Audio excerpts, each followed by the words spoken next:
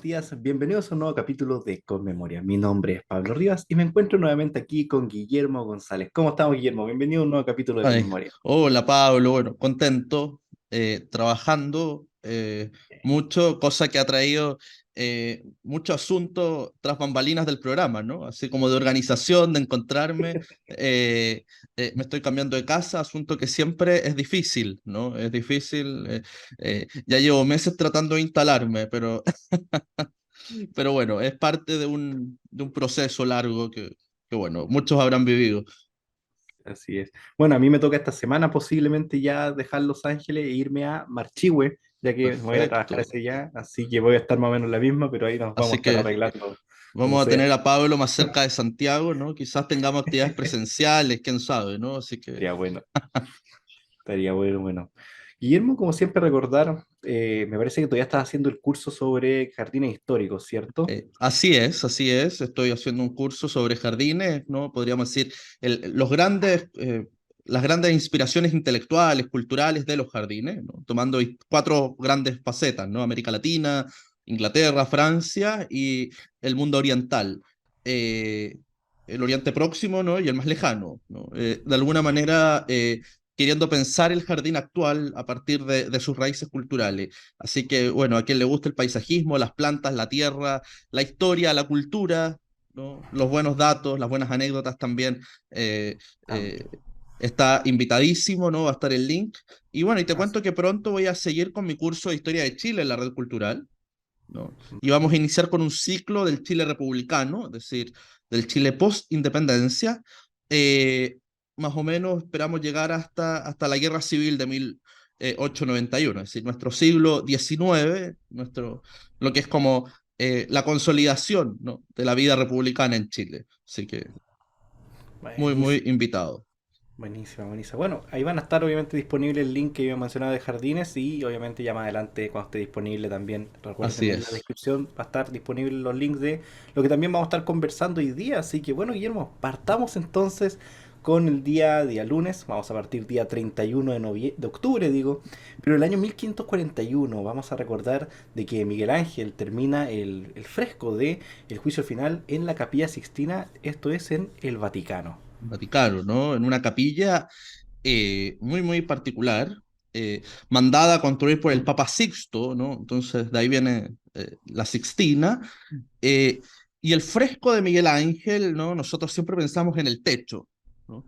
Y podríamos decir en las grandes escenas del Antiguo Testamento, pero de alguna manera también se nos aparecen otras escenas e incluso algunas lunetas eh, proféticas, ¿no? Que están en la parte superior, pero se nos olvida quizás el altar, ¿no? El muro, ¿no? El fresco que está al final, y que quizás es lo central, ¿no? De la obra, ¿no? Es lo central quizás de esta representación y que tiene que ver con el momento apocalíptico, ¿no? El Apocalipsis de San Juan, y tiene que ver con ese momento, ¿no? De parusía fundamental, podríamos decir, en el tiempo cristiano. Por lo tanto, en la Sixtina, ¿no? No solamente los invito a mirar hacia arriba, sino también hacia el fondo, ¿no? Finalmente es el altar eh, propiamente, ¿no? Ritual del mundo católico, en un momento donde también se están definiendo estos asuntos con mucha fuerza o se están replanteando, ¿no? Estamos hablando de la última etapa del Renacimiento y entrando, ¿no? A la era de la Contrarreforma, ¿no? Donde la iglesia es cada vez más militante, podríamos decir, a nivel dogmático, ¿no? Y a nivel público.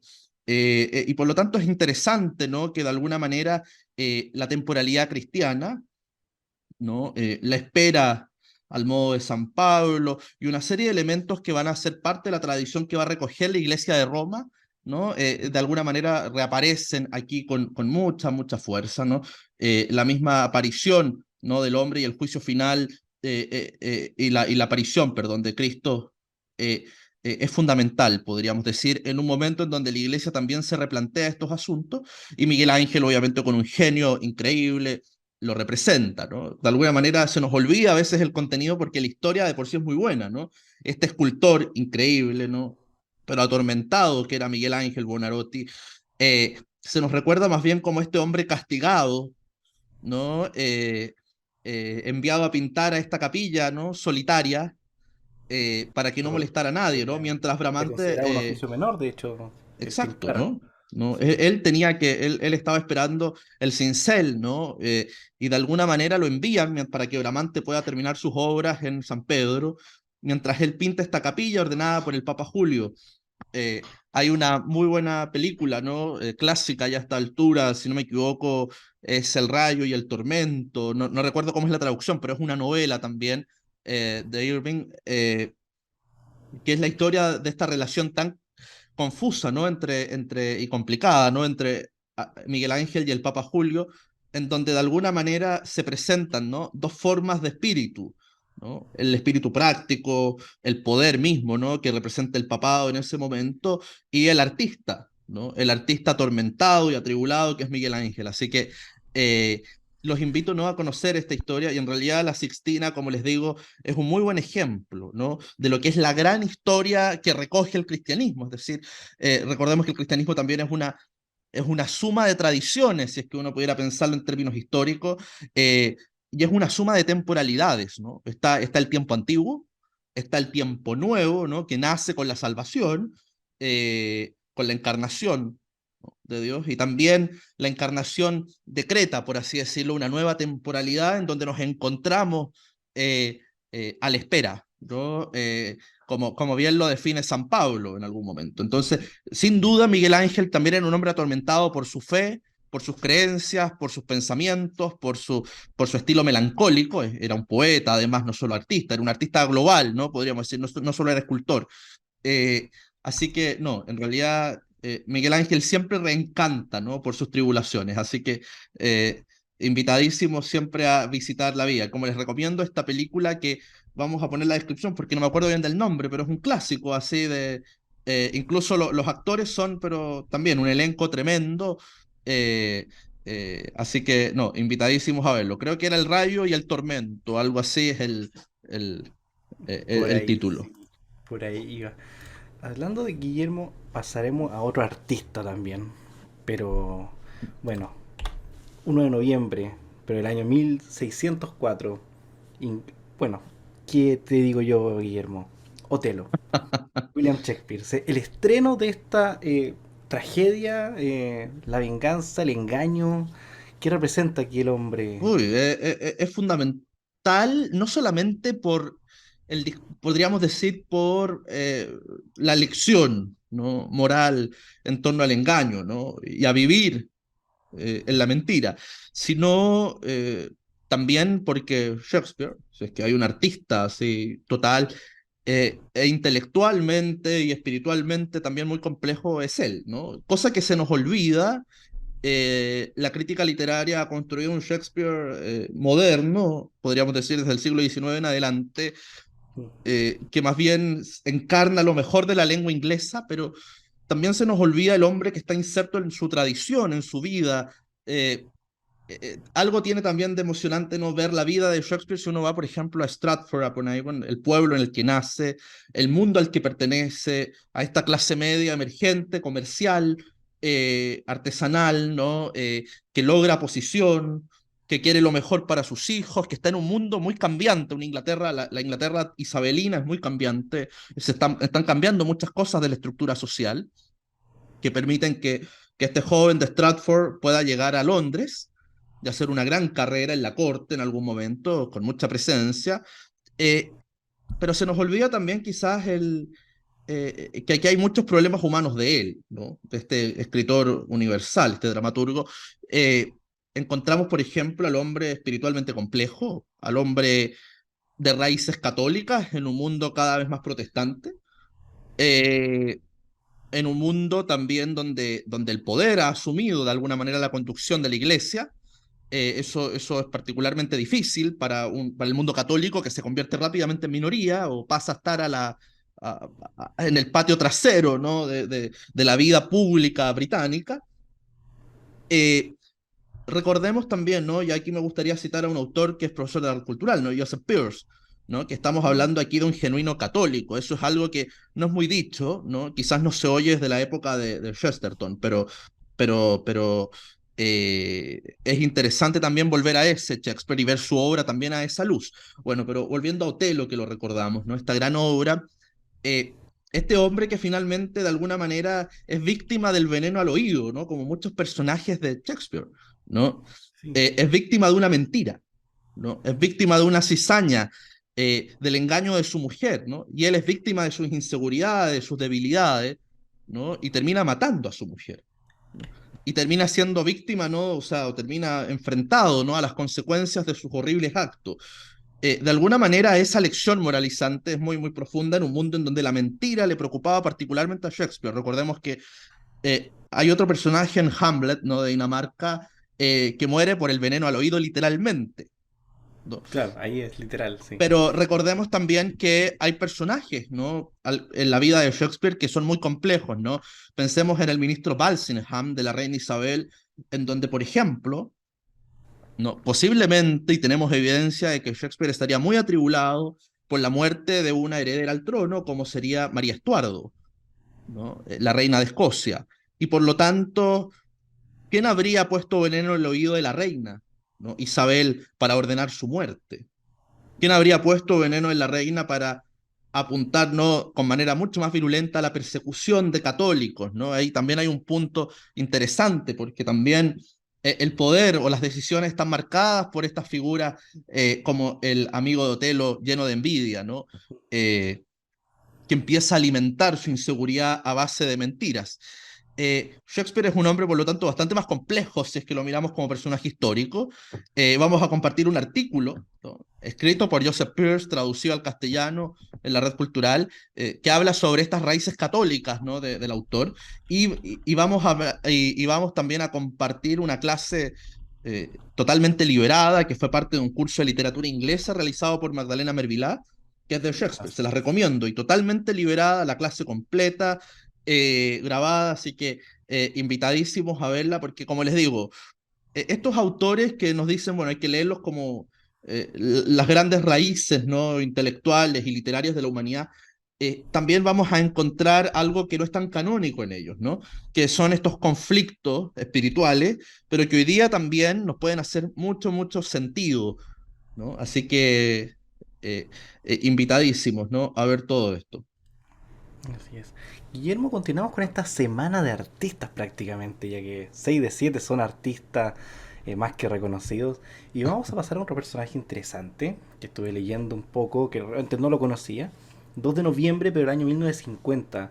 Vamos a recordar el fallecimiento de George Bernard Shaw, dramaturgo socialista irlandés, premio Nobel de Literatura del año 25. Mira, no es casual que estén todos estos artistas juntos, porque de alguna manera en la red cultural nos tienen, nos interesan, porque hablan de un mundo en donde reflexionar sobre nuestro mundo en sociedades estables, ¿no? Podríamos decir, con mayores cantidades de paz, ¿no? En la vida cotidiana. Pensemos en la Inglaterra victoriana, pensemos, ¿no? En el Estados Unidos moderno, pensemos en nuestra era. Es muy difícil, ¿no? Es muy difícil apuntar a verdaderas discusiones de fondo, ¿no? Bernard Shaw es parte de esa generación, ¿no? Es dramaturgo conocido por el Pigmalión, premio Nobel. Era un socialista fabiano, como se van a conocer, pionero, utópico, ¿no? No estos socialistas a la soviética, ¿no? Era un hombre que se imaginaba el mundo así, movido por la industria, con hombres grises, sino que era un hombre que todavía soñaba, ¿no? Es una herencia muy grande del siglo XIX. Estos hombres que sueñan un mundo que la modernidad nos puede llevar a un estadio mejor, ¿no? En las relaciones humanas, ¿no? En los equilibrios de poder.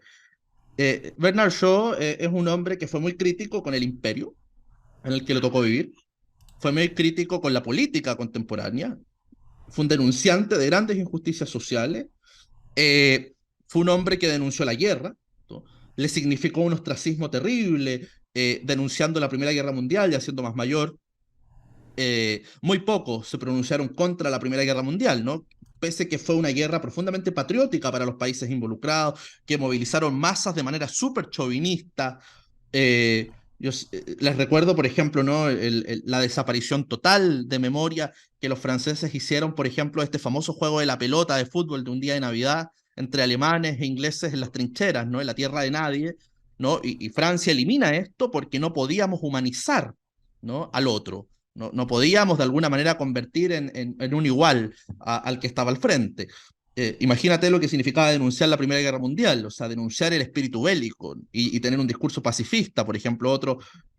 Hay varios connotados, ¿no? De la intelectualidad que de alguna manera murieron, ¿no? O fueron cancelados públicamente por esto, entre esos Bernard Shaw.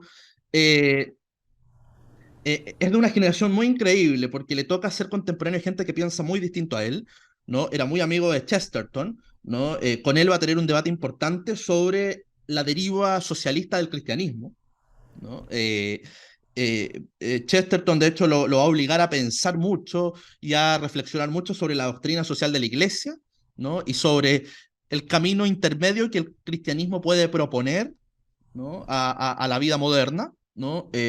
De alguna manera eso lo hace o lo ayuda a complejizarse intelectualmente y eso independiente de la amistad que ellos podían tener. Así que eso te habla también del nivel de genialidad de estos hombres, ¿no? Que podían conversar estando en esferas muy, muy distintas a veces de la vida pública. Eh, Así que no, invitadísimos a conocer esta generación completa, ¿no? Bernard Shaw, pero también vamos a encontrar a hombres como Hilaire Belloc, ¿no? ¿Para qué decir Chesterton? ¿No? Que no solamente son grandes escritores, dramaturgos, como en el caso de Bernard Shaw, sino también grandes pensadores de su tiempo, de la modernidad. Fue un hombre, por ejemplo, que denunció radicalmente, ¿no? La discriminación de Irlanda, apoyó la guerra civil irlandesa, Sí. eh, y se nacionaliza irlandés, ¿no? Cuando ya está el Estado libre de Irlanda independiente, ¿no? Es un hombre que de alguna manera compromete en el espacio público sus creencias pacifistas, antiimperialistas, socialistas, ¿no? Y en eso nos parece admirable, ¿no? Sobre todo en un mundo tan pragmático como el nuestro, encontrar estas figuras públicas que en el fondo no están dispuestas a ceder tan fácil, ¿no? A las presiones del poder es fundamental, ¿no? Porque es fundamental de parte de la intelectualidad y el arte, eso, esa libertad. Además, sí, que van totalmente juntas en todo caso. Ese es el punto. Guillermo, pasemos al siguiente personaje. Vamos a pasar al 3 de noviembre, pero del año 1954, porque vamos a recordar el fallecimiento a la edad de 84 años del pintor y escultor francés Henri Matisse. Matisse, ¿no? Otro personaje muy complejo. Aquí a mucha gente le habrán dicho, mire, usted existe algo que se llama vanguardia artística, ¿no? Entonces vaya aprendiéndose primero, ¿no? A los puntillistas, a los vanguardistas, a los dadaístas, a los cubistas, a los impresionistas, a los expresionistas, vaya ordenándolos, ¿no? En una especie de tabla y se los va aprendiendo, ¿no? Y va a llegar a los contemporáneos, va a llegar a Boyce, Warhol, qué sé yo, y usted va a terminar entendiendo nada, porque de eso se trata esto. Y usted lo único que va a pensar de todo esto es que la gente pintaba bien y después empezó a pintar mal, eh, hasta no hacer nada, ¿no? Como hoy día. De alguna manera eso le va a quedar a usted en la cabeza.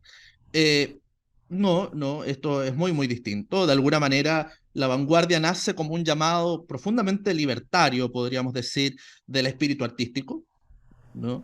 Era necesario en ese momento romper cánones, ¿no?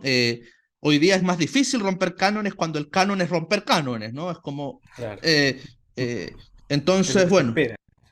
eh, yo creo que si, no sé, si yo fuera artista y tuviera talento artístico, pintaría un óleo muy realista y lo presento en una galería y yo creo que eso es muy revolucionario hoy día, ¿no? Sería como romper con la tradición, pero es el caso de Matisse, ¿no? Él es la mejor representación de un hombre muy individual, muy libre, espiritualmente complejo, es lo que me gusta del arte, ¿no? No puede ser encasillado ni por el poder, ni por los poderosos, ni por quien quiere establecer grandes relatos sobre ciertas cosas, porque siempre nos muestran la excepción, lo distinto. Eh, Matisse era un hombre, por ejemplo, muy, muy complejo. Va a querer revolucionar con el arte, ¿no? Va a querer tomar formas vanguardistas, ¿no? Que casi lo acercan al cubismo contemporáneo, al de estilo Picasso. Tenía ciertos gustos artísticos por la colección, por ejemplo, por el mundo indígena, por el mundo africano, que se va a ver en sus formas humanas, ¿no? En sus formas danzantes, por ejemplo. La danza, por Eh, ejemplo. por ejemplo, ¿no? No, por Las ejemplo. formas anatómicas las va deformando, va haciendo gestos a un cierto gusto estético que él cultiva, a un cierto gusto del color, que es muy particular, incluso se puede hablar de un estilo matiz, así como muy, muy propio. Tiene algo de Van Gogh, por ejemplo, era un gran admirador Sí. de este, que para él era muy vanguardista, si lo pensamos, ¿no? Era ya un artista de ejemplo muy, muy reciente, pero también es un hombre muy complejo en el plano estético, ¿no? Se acerca a lo bello, cosa que es muy raro en un artista contemporáneo. Eh, Tuvo gran compromiso con la restauración de Reims después de la Primera Guerra Mundial, ¿no? Prácticamente él es un hombre que trabajó incesantemente en el centro de la ciudad, en el casco histórico después de los bombardeos. Eh, Gran parte de los vitrales, ¿no? Y el trabajo de luz de la actual catedral y lo que podemos decir el patrimonio fundamental del arte francés, ¿no? Desde muy antiguo. Recordemos que ahí es donde es bautizado Clodoveo, ¿no? Una cosa así de vieja, ¿no? En la historia de Francia. Eh, y de alguna manera ese compromiso espiritual con la tradición cristiana es algo muy francés, ¿no? O sea, complejizar también esas raíces históricas. Matisse va a entrar en eso, va a ser un hombre que se va a enfermar tempranamente, siempre fue débil de salud. Eh, que para quien lo busque va a haber mucha de su trabajo ya representado, o ya él visto, ¿no? Trabajando en una silla de ruedas, en una silla. Eh, ha sido un trabajo ya de poca extensión física, se le ve haciendo collage, ¿no?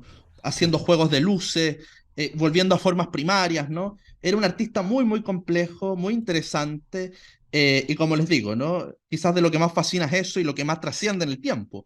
Un hombre que está de alguna manera movido por una suma de conflictos interiores, ¿no? El matiz vanguardista, revolucionario, el matiz que también admira la belleza histórica, ¿no? De las formas artísticas tradicionales, el hombre que es capaz de cautivarse con la luz de una catedral, pero también se cautiva, podríamos decir, con una vuelta a lo simple que la modernidad ofrece, ¿no? A las formas simples, ¿no? Así que, no, creo que de los artistas contemporáneos, Matisse es sin duda uno de los que va a tener más vigencia en la historia, porque de alguna manera nos ofrece lo mejor del artista, nos ofrece formas muy únicas, ¿no? Nos ofrece una especie como de fenómeno, se le llama fenómeno Da Vinci, ¿no? Esta cosa de que es tan particular que uno dice, bueno, esto debe ser valorado, ¿no? Como, Claro. Así es, sí, uno se da una pequeña vuelta por su catálogo, entre comillas, y encuentra cosas bastante interesantes.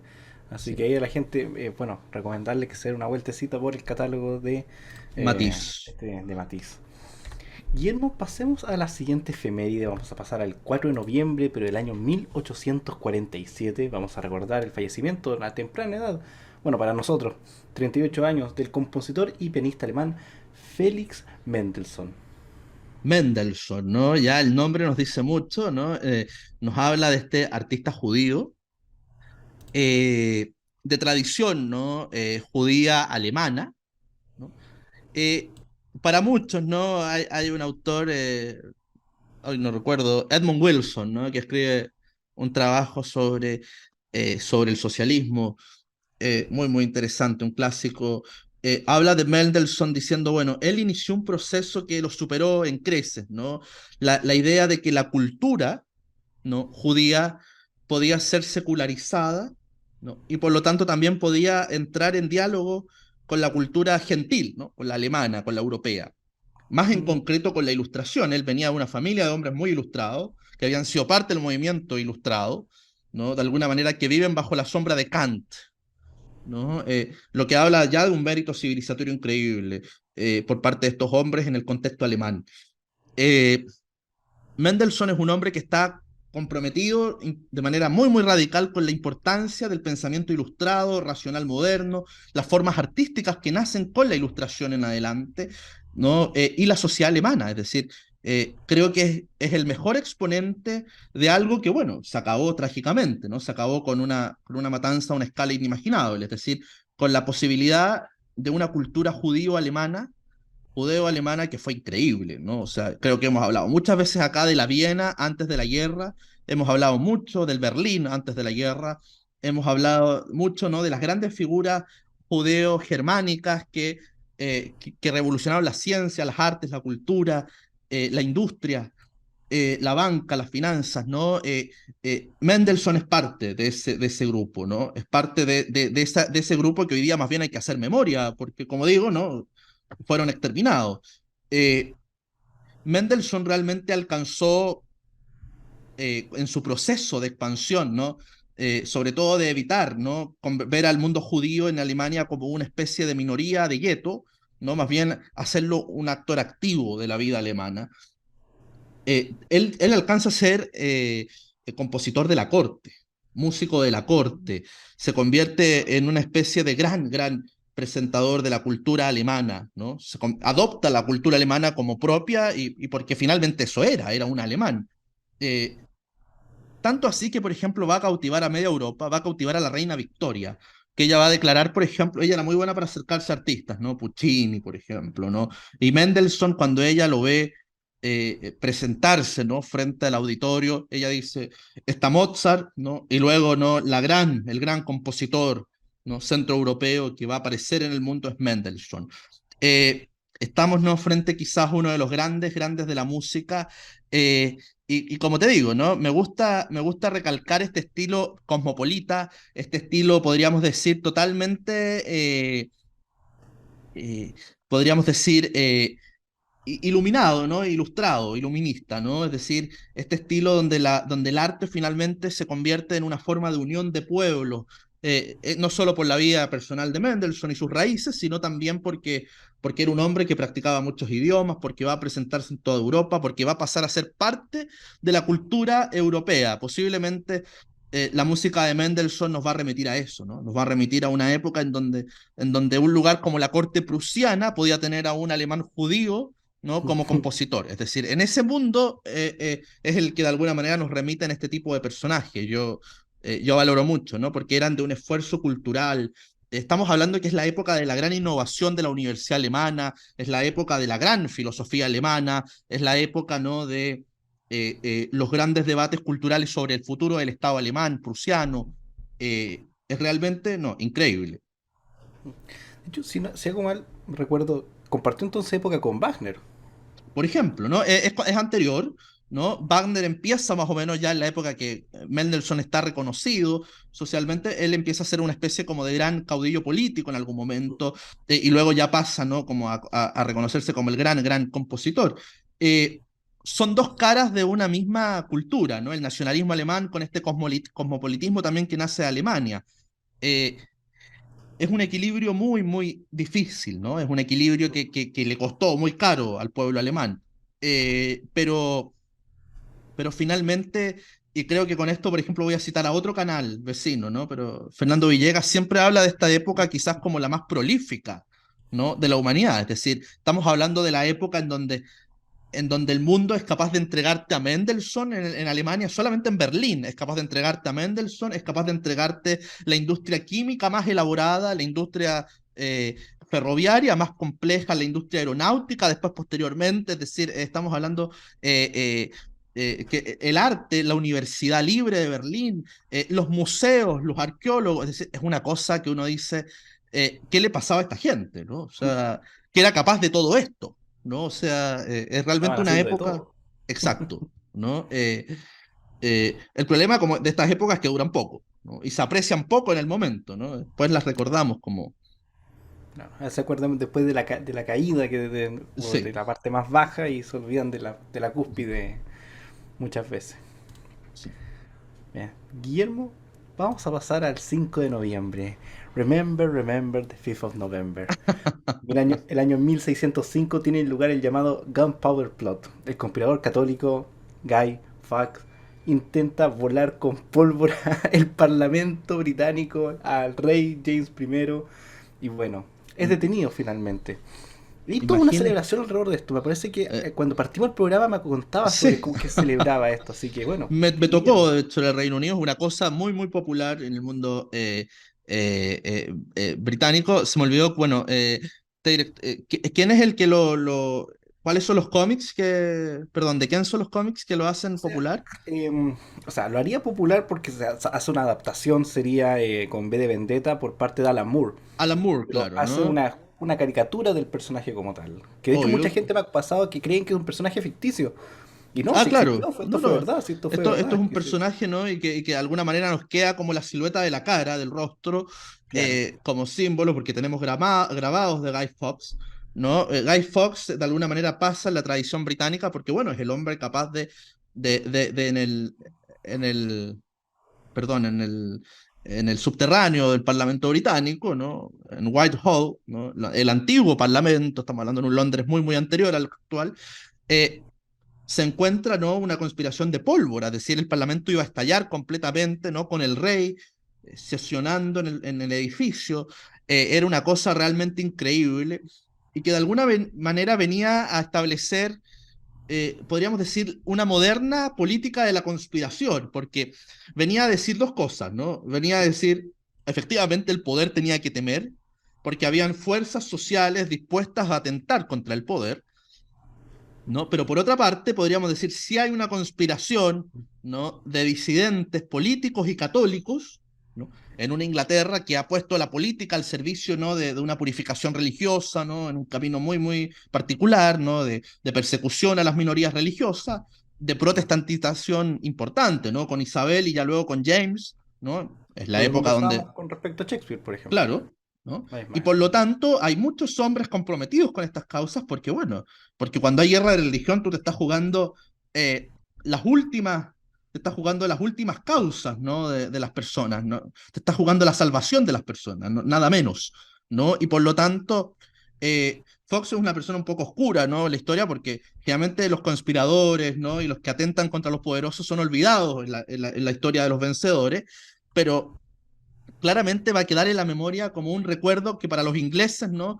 Es, podríamos decir, el fin de la conspiración, ¿no? Del plot, ¿no? De la pólvora, ¿no? Pero de alguna manera nos recuerda que esa gente existió, ¿no? Que de alguna manera hay una importante disidencia al interior del cuerpo social inglés. Eh, Tanto así esto va a perdurar en la historia que desde muy temprano, ¿no? En la época de la anglización de la iglesia, eh, la figura de Guy Fawkes se va a convertir en una especie como de estatuilla, ¿no? De paja que se quemaba, ¿no? Sí. Era como finalmente, ¿no? Rememorar este acto de victoria, ¿no? Frente a los conspiradores. Eh, y hasta el día de hoy es una tradición, ¿no? Los jóvenes ingleses salen este día, ¿no? A carretear a los campos, a las plazas, y prenden, ¿no? Hacen una hoguera y siempre prenden a un Guy Fawkes, porque es como un gesto ya a esta altura como, es una excusa, ¿no? Para juntarse, ¿no? Y que rememora de alguna manera esta vieja tradición británica, pero que también nos recuerda más bien una historia inglesa que fue olvidada, que fue borrada, ¿no? De alguna manera, la representación de Moore, ¿no? Y de alguna manera la popularidad de V de Vendetta, tiene que ver con eso, ¿no? Tiene que ver con esta subversión al poder, ¿no? Que siempre es compleja, ¿no? Nunca se logra del todo, ¿no? Esta idea de querer borrar la historia y borrar a los vencidos y querer como sepultar, ¿no? Este atentado contra el poder siempre va a ser infructuoso, ¿no? Porque siempre aparece ese espíritu en el ser humano, ¿no? De reivindicar las cosas. Eh, Así que no, Guy Fawkes es una figura muy, muy reconocida, pero yo creo que es una muy buena excusa para pensar sociedades tan complejas y antiguas, ¿no? Y muy estables como la inglesa, pero que, por ejemplo, hoy día demuestran no ser tan estables en lo política, ¿no? Que es una cosa muy curiosa. Por si, Eh, hablando de. por ejemplo, ¿no? Y eso tiene que ver que quizás hoy día el mundo no está tan receptivo a que se nos impongan ciertas verdades, ¿no? Históricas, quiero decir, hablo como historiador, ¿no? Así como así, ¿no? Que nos digan, bueno, Inglaterra es protestante porque así nació. No, sabemos que es una historia muy, muy compleja. Compleja. Es una historia que significó, ¿no? El ataque a minorías y como muestra la conspiración, y sobre todo ya para el siglo XVII, estamos hablando de comienzo del siglo XVII, pareciera ser que el mundo católico no había desaparecido de la vida social inglesa, ¿no? El pueblo siempre sigue otro ritmo, ¿no? En eso el presidente tiene razón.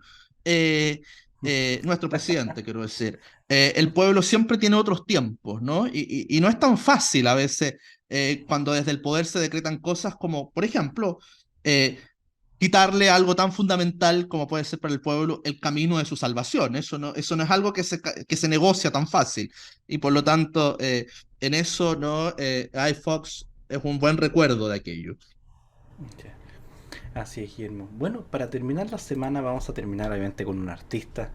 6 de noviembre, pero el año 1893. Vamos a recordar el fallecimiento, la edad de 53 años, del compositor ruso Tchaikovsky. ¿De quién hemos hablado aquí varias veces? Estamos, bueno, es una figura realmente, realmente increíble, ¿no? Porque es lo mejor de una tradición intelectual en la música, pero también en el plano europeísta, ¿no? Es un hombre que es capaz de posicionarse en un punto intermedio en la Rusia del siglo XIX, una Mm. época también muy corta, en donde él puede posicionarse entre esta necesidad de Rusia de una identidad propia, ¿no? Identidad que la llevaba a un nacionalismo que hoy día la tiene en una guerra de frontera muy, muy compleja. Eh, y por otra parte, su cosmopolitismo, ¿no? Esta historia que nace casi con Pedro el Grande en adelante, ¿no? Abrirse al mundo. Eh, es un equilibrio muy complejo. Tchaikovsky es una de las mejores representaciones de esa búsqueda de ese equilibrio, porque es el hombre que canta la oda a las proezas rusas en las guerras napoleónicas, ¿no? Pero también es el hombre que canta, podríamos decir, lo sublime, ¿no? De la germanización de la música en Centro Europa. Eh, por lo tanto, es un hombre muy, muy abierto. Era espiritualmente también muy complejo, ¿no? Admiraba esta Rusia profunda, pero también era un hombre que estaba muy conectado con la modernidad. Eh, Su homosexualidad también fue un tema recurrente, podríamos decir, en sus tribulaciones personales, ¿no? Fue un hombre muy atormentado, ¿no? En ese plano personal. Eh, Figura que hoy día se rememora, ¿no? Hace poco veía en un diario, el Financial Times, por ejemplo, que hablaban sobre la prohibición en Rusia del nacionalismo ruso, podríamos decir, de esta faceta, ¿no? De la vida de Tchaikovsky, por ejemplo, ¿no? Son aspectos, por ejemplo, ¿no? Que de alguna manera resultan curiosas hoy día, ¿no? Que Tchaikovsky sea una persona en disputa, ¿no? Que para mí nos debería parecer un personaje ya histórico, ¿no? Con sus problemas propios, ¿no? De su época, pero hoy día no, es un personaje que, ¿cómo lo representamos? Fue en disputa por largo tiempo. Recordemos que un gran admirador del Lago de los Cisnes era Stalin, nada menos, ¿no? Y si estamos hablando de un tirano y un zar rojo, ese era Stalin, ¿no? Y por lo tanto, también había que olvidar las simpatías de Tchaikovsky con el liberalismo, con la Rusia eh, del zar Alejandro. De alguna manera también estamos hablando de personajes complejos, ¿no? La admiración de Tchaikovsky por Alexander Pushkin, ¿no? Y la épica rusa, ¿no? De hecho, compone una ópera, ¿no? Del Eugenio Onegin, que es la gran obra épica del pueblo ruso. Pero como les digo, también es un hombre que se posiciona en el canto de las guerras napoleónicas, ¿no? Siempre yo recordaba, ¿no? La suite 1812, ¿no? Que es quizás el primer soundtrack, ¿no? De la historia moderna. Tchaikovsky además tiene fama internacional, se representa en Nueva York, por ejemplo, ¿no? Va a ser reconocido en su época a nivel internacional y por lo tanto es interesante también preguntarse, eh, eh, quiero decir, ¿no? Cuando reconocemos el valor cultural de algo, necesariamente tenemos que tomarlo, apropiarlo, no podemos simplemente admirarlo desde la distancia. Eh, Quiero decir algo tan simple como que Crimea sea rusa, ¿no? Y las tierras del Eugenio Onegin, en la gran ópera de Tchaikovsky, ¿no? Y en la obra de Pushkin, ¿no? El mundo eslavo sea ruso, ¿significa que hoy día tenga que ser ruso? Por ejemplo, ¿no? Una pregunta interesante, ¿no? Porque nos lleva a conflictos muy, muy actuales, y de hecho hoy día estamos hablando de rusificación, eslavificación, ucranianización, no sé, de alguna manera entramos en esos debates. Este mundo debe ser internacional, cosmopolita, nacional, nacionalista. Entramos, por lo tanto, en discusiones que nos llevan a posicionar la cultura en una escala, ¿no? Donde la cultura es usada. A mí no me gusta eso, ¿no? Yo siempre digo, por qué no gozamos esto con cierta distancia, ¿no? Pero bueno, lamentablemente esto es moneda de cambio en esas discusiones, así que también hay que reconocer el valor a veces de las cosas para saber dónde posicionarnos. Así que eso es un llamado, ¿no? Que puedo decir muy humildemente, ¿no? Que este tipo de cosas nos ayudan a complejizar la discusión. Muy europeo para los rusos, muy ruso para los europeos. Ahí Exacto, está ¿no? Tchaikovsky. Y a veces los artistas cumplen ese rol, ya que hablamos tanto de artistas esta semana, ¿no? Son personas que, como les digo, no les puedo decir que como nos gustaría a veces con tantos debates, decirles, bueno, este era de izquierda, este era de derecha, ¿no? Quizás estamos en una etapa nosotros, ¿no? Los chilenos, para empezar también a hablar con más adverbios, ¿no? A complejizar a poner más peros, sin embargo, ¿no? Porque, bueno, a veces la vida también tiene algo de eso, ¿no? Y como les digo, también nos permite acercarnos, ¿no? Quizás es un poco utópico, pero déjenme un rato en esa utopía, ¿no? Creo que la necesitamos un poco. Deje a Guillermo ahí pensar. Exacto, No, está bien, está bien. De hecho, lo que mencionamos delante a Alan Moore me recordó otra obra que es Watchmen. También hay por ejemplo. varios tópicos muy interesantes que mencionaste ahí que pueden salir tocados. Así que bueno, Exacto. Guillermo, llegamos al final de este capítulo, al final de esta semana, bastante cargada a la cultura, a las artes, en diferentes ámbitos.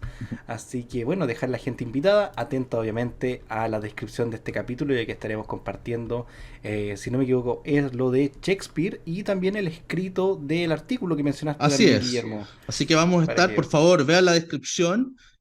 Yo voy a hacer las tareas y lo voy a mandar, así que esto está completamente liberado, está completamente disponible para ustedes, ¿no? Y sobre todo, como les digo, eh, si a ustedes un artista no los remueve, no los hace como estar en tierra de nadie, ¿no? En una situación como incómoda, quiero decir. En una situación que diga, oye, aquí hay un conflicto que me cuesta resolver intelectualmente, emocionalmente, significa que ese artista está comprometido en algo, ¿no? Está trabajando para un poderoso y eso bueno, creo que independiente de que eso sea natural o no para algunos, es bueno saberlo previamente, ¿no? Así que, Contexto. Contexto. exacto. Así que, por favor, invitadísimos, ¿no? A pensar el mundo también desde la cultura. Así que felices, Bueno, bueno, y agradecer como siempre todas las semanas al canal, ¿no? Por el espacio que nos brinda para poder conversar estas cosas. así es que por cierto, el capítulo anterior se subió al canal secundario. Está en el link en Ujú. nuestra descripción de Instagram. Vamos a dejarlo ahí más a mano porque el capítulo anterior el canal tuvo un problema y se subió al canal secundario. Así que sí hubo capítulo 34 y este Así capítulo es. 35 va ya en el canal principal para que lo tengan ahí presente. Así que bueno, Guillermo, estamos viendo la próxima semana. Quizás ya esté allá en Marchihue. Así que ahí nos Exacto, vamos a así estar que, acomodando para poder continuar con el programa. Y por cierto, hablando de música, un dato muy curioso, no sé si Guillermo alguna vez escuchaste sobre un filántropo cubano llamado Mario Lobo, hace muchos años. Mario Lobo, oye, me Mario suena, Lobo, me suena esta historia. Si me dijiste filántropo, me suena bastante. que tuvo un accidente y vive en el sector Marchihue, el sector ahí de Colchagua. Y actualmente, bueno, están haciendo una remodelación de su casa, todo, Ujú. y están vendiendo su colección de libros y vinilos. Así que cuando vaya a Ah, Marchihue me voy a pegar pero, una vuelta para allá, porque según las fotos vi mucho Tchaikovsky, vi Bach, vi mucha ópera, mucho Pavarotti. Así que en una de esas voy a andar ahí más. ah, Voy a pero traer, qué, vamos a hablar de un personaje, voy a salir con un vinilo, pero qué algo así. maravilla. Así que tenemos que estar O algún enterados libro. entonces ¿cómo se llama? De qué pasa, ¿no? Con los bienes del señor Lobo. Pero muy, muy interesante, ¿no? Así que, Así que échale un ojo, Guillermo, es una historia bastante, bueno, bastante triste la verdad, pero han salido adelante después de años. pero Así que fantástico. bueno, con ese datito freak ya dejamos aquí este programa. Así que Guillermo, muchísimas, muchísimas gracias por estar nuevamente aquí en Conmemoria, a No, la gente que nos ve, al canal, obviamente el espacio y atento a la descripción del capítulo, siempre ahí van a encontrar exacto. cosas No, interesantes. muchas Así gracias que a Guillermo, todos. hasta la próxima semana. Chao, chao.